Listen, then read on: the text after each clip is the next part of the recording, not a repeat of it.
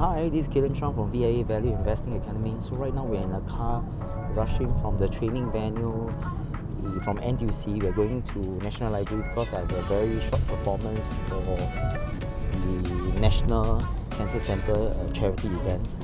So today is one of the busiest days because I woke up really early and then I have to rush out halfway. Usually I don't. And my co-trainer with Liu Feng is taken over me.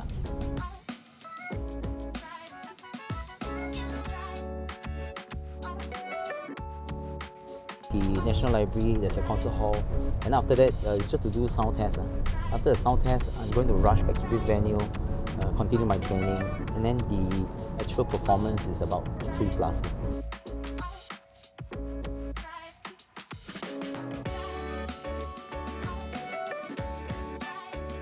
So right now we have just finished our rehearsal, and unfortunately the MP3 worked.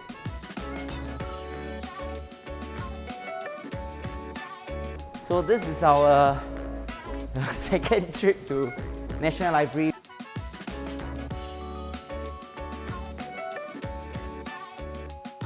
So today I'm supposed to do two things. I've been given 10 minutes. 5 minutes is to share a story about how I went through cancer and all that. And then the remaining 5 minutes, I'm required to sing a song. So the song was written by one of our NLP graduates. I think it's called June, and it was composed by another guy called Ernest Chua. So both of them are very nice people.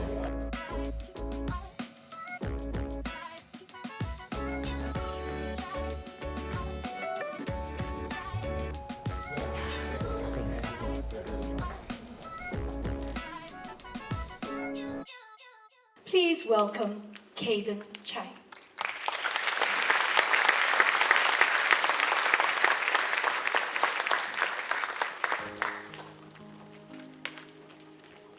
Now my first story is about love and loss. Now I love my mom dearly, even though I never told her so. She was a very hardworking wife and mom. And every morning she would wake up before sunrise at about 5 a.m, whether rain or shine, and cook our favorite porridge and send us to school.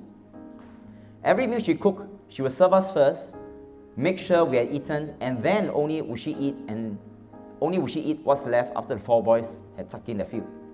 But there's one thing I didn't like about my mom, which is my mom constant nagging.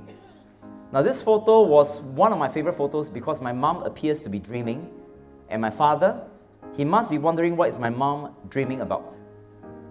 Then one day, without any warning, disaster struck. My mom was diagnosed with stage 4 lung cancer, and the doctor told me that she had less than 3 months to live. My mom's dreams were completely shattered. They say it never pours, but rains. Amidst this tragedy, one of my older brothers decided to sue my mom over the ownership of our HDB flats. Our family shattered. There was no longer laughter, only tears and sorrows. My mom would cry late into the night every single day, asking why is this happening to her. But she still had a dream that before she passed on, our disintegrated family would come back together one more time. I continued to believe in one thing, which is a miracle. Months later, right on the eve of Chinese New Year, a miracle took place. Every family member, including the brother that sued my mom, came together and we all had our reunion dinner. After the dinner, there was only silence in our house. I could no longer hear my mom's nagging. I could no longer hear my mom's crying. I could no longer hear my mom's heartbeat. It was the first time in my life that I saw a loved one pass on right before my very eyes. My second story is about death. Years back, I read a quote which goes something like, if you live each day as if it was your last, someday you'll certainly be right. After I got married, I worked really hard, just like my mom.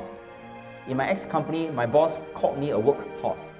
I worked so hard that my ex-company had no choice but to give me an award. And they called it the ABCD Award, which means the above and beyond the call of duty. Within that year, I had a baby girl called Chloe. Isn't she cute? So when I left my job in 2008, I worked really hard and my company was doing very well. I was living my dreams, traveling around the world, giving speeches, meeting celebrities, and I was at the peak of my career. Then one day I was sent to Singapore General Hospital in an ambulance because of a severe pain around my waist. Initially, they discovered a kidney stone inside my right kidney, but later on they found a huge tumor in my left kidney. When the urologist broke the news to me, I was in complete shock. Then I was in self-denial. How could this ever happen to me? What have I done wrong in my life? I cried every single day for about a week. Things started to change when I counted my blessing. I still had a successful career. I was lucky that the cancer was only at stage 2 and my chances for survival were high. Now the surgery left me with a 30cm scar, but I survived. But bad things happen to good people. In September 2014, during a routine check, my oncologist found 2 stage 4 tumors. The cells had spread. I eventually had my second surgery to remove these 2 tumors. Then this year, February, I had another relapse. And this time round, the cancer went inside my bladder. But I've always believed in one thing, a miracle. So do miracles really exist? I've learned that miracles don't just exist. They are created by those around us. Miracles happen during our darkest days because our loved ones care for us. Miracles happen during our loved ones' darkest days because the healthcare workers were there for us. On this note, I would like to thank all the doctors and nurses from NCCS and SGH who have taken good care of me. The biggest challenge I faced going through cancer was both physical and emotional. Sometimes I find it hard to describe how I really feel. And sometimes I think that the world will never understand how I really feel. Until today, when I see so many people in this hall. Despite what I had gone through, the doctors and nurses have shown great empathy to patients like myself, and it takes a good heart to do that. That's priceless to me. I would also like to thank the unsung heroes who are working hard day and night to find a cure for cancer. Maybe one day I'll need it. Lastly, I want to thank 3 people who have written and composed an original song for me to sing today. These 3 people are June Gwee, Ernest Chua, and Su Qingyi, whom I've never met. Now, unfortunately, 3 of them are not here today.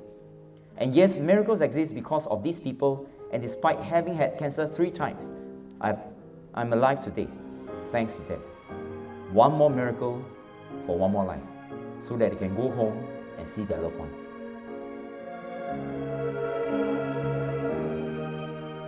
我的一生来去无常，使我无法想象。人的一生离合悲欢，是多么的平常。哇 ，finally， finally, no matter how bad or how good it is, it's over. I think the key lesson that I've learned is just do it. Yeah, so yesterday I had a bad sore throat and then I slept at 1 o'clock trying to practice. It wasn't very good, but it's okay. I think I did my best. I think the key thing is in life we do our best.